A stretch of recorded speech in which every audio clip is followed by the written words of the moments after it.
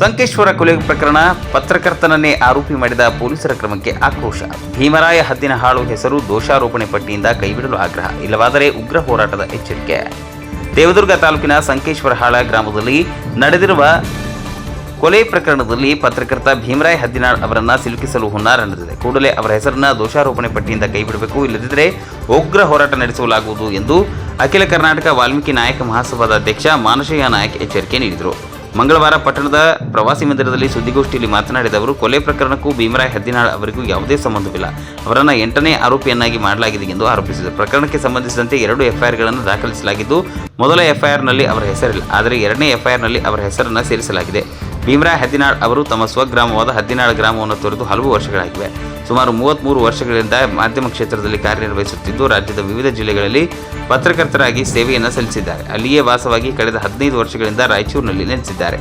Police ಇಲಾಖೆ ತನ್ನ ತಪ್ಪನ್ನು ತಾನೇ ಸರಿಪಡಿಸಿಕೊಂಡು ಪ್ರಕರಣದಲ್ಲಿ ಯಾವುದೇ ಸಂಬಂಧವಿಲ್ಲದ ಪತ್ರಕರ್ತ ಭೀಮರಾಯ ಹದ್ದಿನಾಳ್ ಅವರನ್ನ ಹೆಸರನ್ನ ದೋಷಾರೋಪಣೆ ಪಟ್ಟಿಯಿಂದ ಕೈಬಿಡಬೇಕು.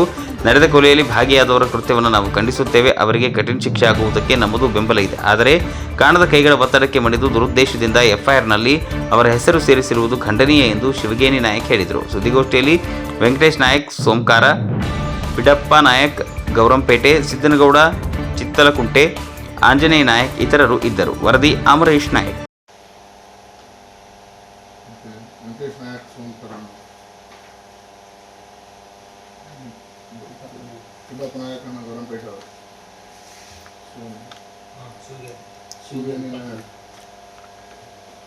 ಮಲ್ಲಿಕಾರ್ಜುನ ನಾಯಕ್,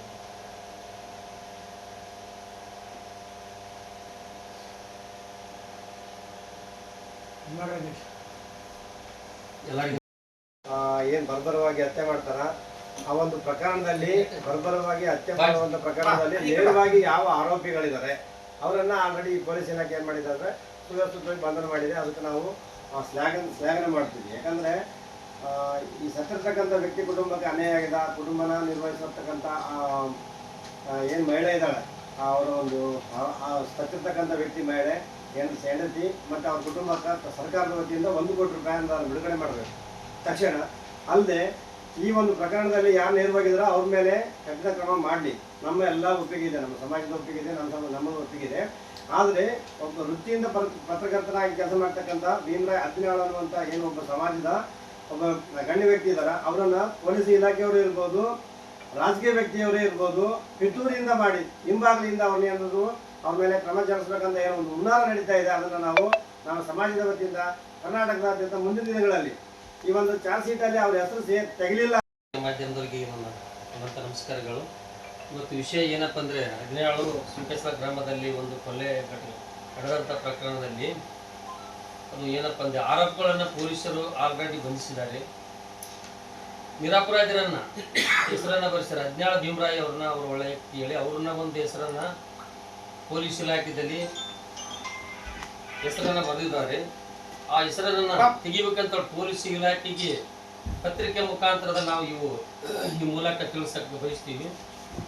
ಇವತ್ತು ಆರೋಪಿಗಳನ್ನು ಕಾನೂನಿಗೆ ನಾವು ಗೌರವ ಕೊಡ್ತೀವಿ, ಕಾನೂನನ್ನು ನಾವು ಭಾಳ ಸ್ವೀಕಾರ ಮಾಡ್ತೀವಿ. ಯಾಕಂದರೆ ಕಾನೂನಿಗೆ ಎಲ್ಲರೂ ಗೌರವ ಕೊಡುವಂಥ ಕೆಲಸ. ತಪ್ಪು ಮಾಡಿದವ್ರಿಗೆ ಶಿಕ್ಷೆ ಕಾನೂನು ಕೋರ್ಟು ಆದ ಅದಕ್ಕೆ ಎಲ್ಲ ನಾವು ಕ್ರಮ ತಗೊಂಡಾರ. ಈಗ ಆಲ್ರೆಡಿ ನಿರಪರಾಧಿನ ಅಪರಾಧ ಅಂತೇಳಿ ಅದನ್ನು ಮಾಡ್ತಾರಲ್ಲ, ಇದನ್ನು ನಾವು ಖಂಡಿಸ್ತೇವೆ ಅಂತೇಳಿ ಭೀಮರಾಯ ಹದ್ದಿನಾಳ್ ಅವ್ರನ್ನ ಇಲ್ಲಿಗೆ ಕೈ ಬಿಡ್ಬೇಕಂತೇಳಿ ಈ ಮೂಲಕ ತಿಳಿಸಕ್ಕೆ ನಾನು ಬಯಸ್ತೀನಿ. ಎಲ್ಲರಿಗೂ ನಮಸ್ಕಾರಗಳು.